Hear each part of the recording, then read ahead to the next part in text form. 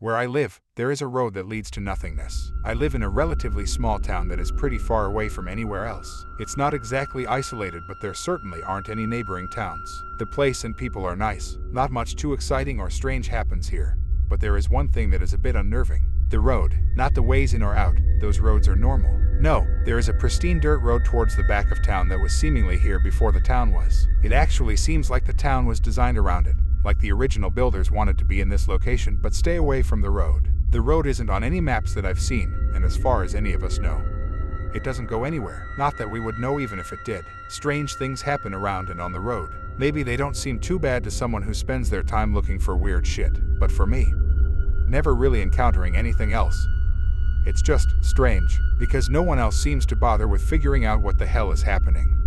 I and some friends of mine have taken the liberty to look into the road. After testing and researching for about 5 years now, I think I started right around 10 or 12. I haven't come up with much. The most normal thing is that it snows really heavily here in the winter and the road never has a snowflake on it. The road is either endless or simply leads nowhere. It doesn't make much sense to me, but all of the fools who have gone down it never came back. The most common thing that happens is they just start walking, and after a certain point, can't be stopped. They keep on going until they're out of sight and then they're gone. The second most common event is they literally just disappear right before the eyes of whoever is watching. Now when I say gone, I mean gone. If someone goes down the road, no one remembers their face, and generally only remembers a little, if anything, about them. Now, this is apparently exceedingly rare, and has only happened twice. But sometimes they come back. I heard that before I was born, someone went down the road and 2 hours after their buddy said they had disappeared, they showed right back up in town. Only, they didn't make it back safely. When they returned, they were naked, only covered in a brown blanket. And dirty, very dirty, and very bloody. There was no sign of injury, but the test showed it was indeed his blood. They just appeared in someone's bathroom, and when he came downstairs the homeowners were justifiably afraid. A naked, bloody and dirty man with a face you can't recognize, describe, or remember just shows up in your house. And you'd be scared too.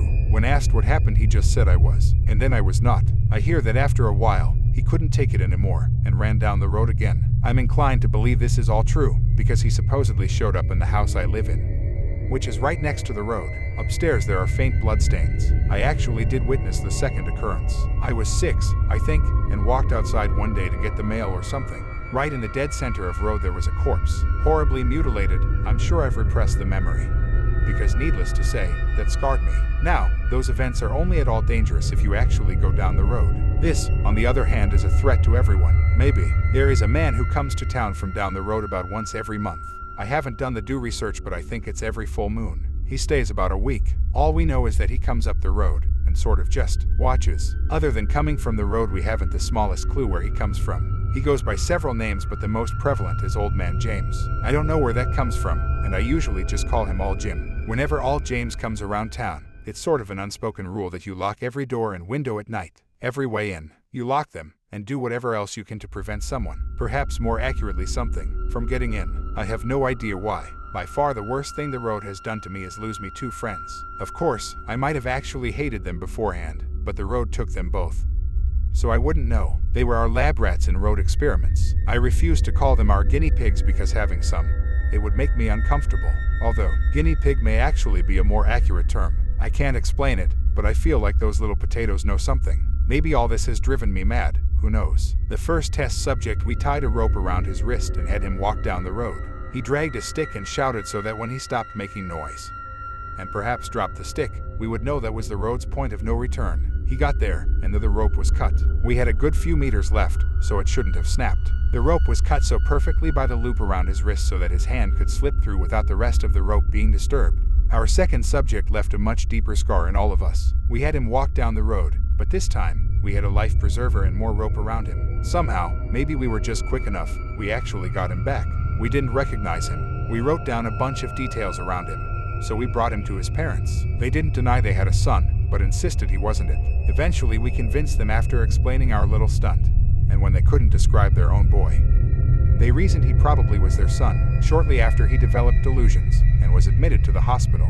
We all happened to visit him 2 days before he passed for an unknown reason. I may not remember his face, but God, I do remember his expression. It was fear, absolute fear, not a hint of anything else. No sorrow, no anger, just fear. I'll never forget that, and it haunts my dreams now and again. He kept repeating the same word, and seemingly was incapable of uttering anything else besides maybe some grunts and groaning. Nothing, nothing, nothing. He said it so plainly, like there was no emotion whatsoever in his voice. I think I can still hear it sometimes. The day after he passed, all Jim rolled into town. It's been a year now. I haven't learned anything else. I couldn't lose anyone else, but I had to know. When all Jim came to town, I unlocked one of my windows. At the very stroke of midnight, I woke up.